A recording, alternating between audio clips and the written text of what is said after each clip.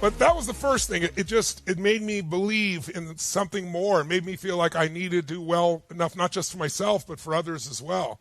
And then the next big thing that happened to me was a seminar. And how it came about is we were dirt poor, and I was working as a janitor. And then on the weekends, I would do a variety of other jobs. I was a busboy, and sometimes I could get work doing some construction stuff.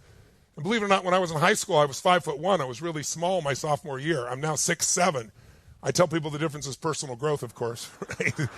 But I had a tumor that made me grow. Anyway, long story short, we had a family member that my mom knew and said, hey, this guy says he needs help. He was buying homes in Orange County, California. This is the 1970s, and then fixing them and flipping them. And the market was going crazy in those days, and he was doing really well. My father said, well, you should probably go there because that guy used to be such a loser, and now he's really successful, you know.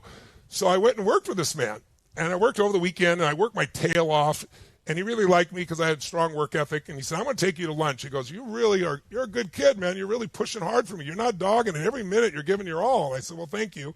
I said, I'd love to ask you a question.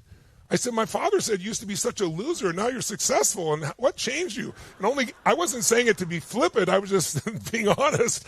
And the guy's like, your father said what? And then he goes, well, he's actually being pretty accurate. I said, well, what changed you? He said, I went to a seminar. I hadn't even heard of such a thing. I said, what's a seminar? He goes, well, there's this man who's really successful the last 20, 30 years, and he gets up and does 3.5 hours and teaches you the best principles that have caused him to be successful in life. And it can save you decades of your own time. I said, well, I've never even heard of such a thing. I said, could you get me into that? I'd love to go. He goes, yeah. And then he didn't say anything. I said, well, will you? And he said, no. I said, why not? He goes, because if you don't pay for it, you won't value it. I said, no, I will value it. You don't understand. My mom kicked my dad out. She kicked me out afterwards. I'm sleeping in my car. I don't have any real money. I'm working as a janitor. And he goes, look, man, he goes, if you really want it, you'll get it. He goes, oh, just go and, don't go to the seminar. Just tell me it's too expensive. I said, well, how much is it? And he said $35. That'd be like $295 in 2024 U.S. inflationary dollars. So $300 basically. It was a week's pay for me. I was making $40 a week as a janitor. And he said, I said, that's a week's pay. He goes, well, then don't go. I was like, oh, man, I wrestled with it. I thought it was the biggest decision of my life. In many ways it was. Small decision, but it changed everything. I took a week's pay. I went to this seminar. I've been reading all these books. I took a speed reading class, and I was reading everything I could get my hands on that improve your body, your mind, your spirit, help people. And so when he was speaking, I'd finished some of his sentences because I'd read some of those books, and people were looking at me, this kid. And then afterwards, I went up to Mr. Rohn, and I said, listen, what you've shared here is amazing. I want to come to work for you. And he looked at me and he said, young man, he goes, you have to go through all my programs, and then you can apply. And I said, well, I'll go through all your programs. And he goes, well, there are $1,200 to this, and $1,200, and those dollars would be $10,000 today for a weekend. I was like, $1,200, $10,000 for a weekend? He goes, yeah. I said, well, loan me the money. I will pay it all back by working for you, and then I'll do great things in my life, and you can use me as an example. And he goes, I'm not your banker, young man. He said, listen to me. Everybody gets what they have to have. Some people have to survive. Some people have to succeed. We'll see which one you are. But I said, but. He goes, no buts. The thing starts on Saturday. If you're there, I'll know you're committed. Well, I'm sleeping in my car. I don't have any extra money. I'm working as a janitor. So I was like, okay, I'm going to go to a bank and borrow the money. Because, when you're young, you think banks loan money to the people that need it. Right? And what I found out later is banks only loan money to people that don't need it. If you want to loan me money all the time, I don't want to borrow it. I don't need it, right? So back then, I went to bank after bank, and I got so good at knowing when they're going to say no, like when I walked in the door. And I was running out of days. And what changed my life was right before I walked into the Bank of America in West Covina, California on Citrus Avenue. I remember it vividly. I didn't know what I was doing then. I know now. I just got myself in this pumped up state, this strong state. And I swore to myself, I'm not leaving without a commitment to this loan. And I went in and I looked for somebody who looked persuadable. And there's this woman who had really kind eyes. She was a loan officer. Her name was Mrs. Williams. And I went up to her desk and with all my passion and said, hi, shook her hand, probably shook it off. Basically, I was so excited. I said, my name is Tony Robbins. I'm here today to borrow $1,200. Think $10,000, right? Because that's what it was then. $1,200. And I said, I don't want it for something stupid like buying a car or going on vacation.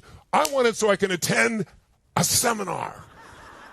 And she did what some of you are doing. She started to laugh, which was not a good sign. So I said, no, I'm serious. And so she starts reading my application. She goes, well, you're 17 years old. I said, yeah. She goes, well, you have to be 18 to sign a contract in California. I said, I'll be 18 soon. She said, how soon? I said, how soon do I have to be 18? I said, no, my birthday's in 10 days. She goes, okay, we can probably work that out. Then she goes further down and she sees the address I gave. And it was on this place called Citrus Avenue. It goes through 5 cities. It's a big commercial street. And she said, I didn't know there were any apartments on Citrus Avenue. And I said, I kind of have a mobile home, right? So I wouldn't lie to her, so I just told her the truth. I said, look, I got kicked out. Here's what it is. I'm sleeping in my Volkswagen. I park it right there between Denny's and 7-Eleven because they're 24 hours. It doesn't make me move. And I worked it out with a mailman. He's a really kind man. And so I get my mail at the 7-Eleven. So I'll get your bill there. It'll be fine. You should have seen the eyes going like this. She goes, okay, you want the bank to loan you money and we can send the bill to 7-Eleven. That's what you're telling me right now? I said, no, you don't understand. I'm going to learn these tools. And I said, I didn't have a big vision like today. I never thought of working with 1 million people in a couple of days. But I was like, I'm going to help 100,000 or more people in my lifetime. I promise you, I'm going to learn these skills. I'm going to make a difference. And I was so passionate. She said, look, with that energy, I hope you'll do something good. She said, I don't think the bank's going to loan you this money. I said, you don't. She goes, listen to me. I don't think the bank will loan you this money. She said, but I will go to them and push for it for you. And she said, I'll tell you what I'll do. She said, if I can't get the bank to say yes, and you look me in the eyes and tell me I'm never going to have to look for you, I'll loan you the money. And I started to cry, and then I leaped over the desk and started squeezing this poor woman. She probably thought she was being attacked. And that was Mrs. Williams. I swore I'd always tell the story of how she gave me my start. She got the bank to loan me the money.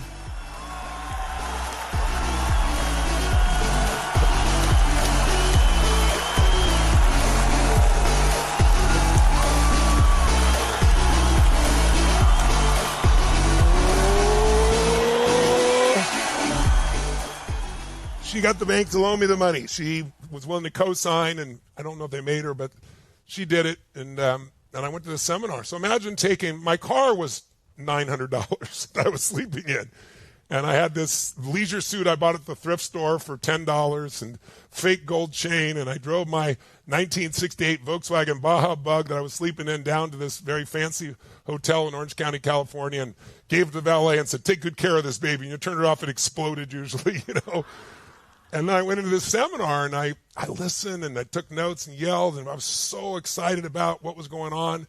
And I went for this weekend, and I didn't have enough money to stay in a hotel, and I met a guy there named Mike Keys. He's still my friend 45 years later. He's probably out there watching. He's down here in Florida. And he was almost as broke as I was, but he could afford a hotel room, so he let me stay in his hotel room. And what was so cool is the two of us, it was so much money for us that we didn't get up to pee. We sat there, we wrote every word he wrote. If he said the, we wrote the. At one point, I figured every word was worth like 3 cents. I was going to get my full money's worth, right? But I can tell you, I spoke at Jim Rohn's funeral, and before that, Jim Rohn, the last 5 years or so of his life would always start as the same seminar the same way. He goes, I really want to do a great job today because you never know who's in your audience. I remember a day, this guy, Tony Robbins, and they tell the story about me, and he talk about Mike, 2 of the guys that were the most broke because we were the most committed. So this seminar's free.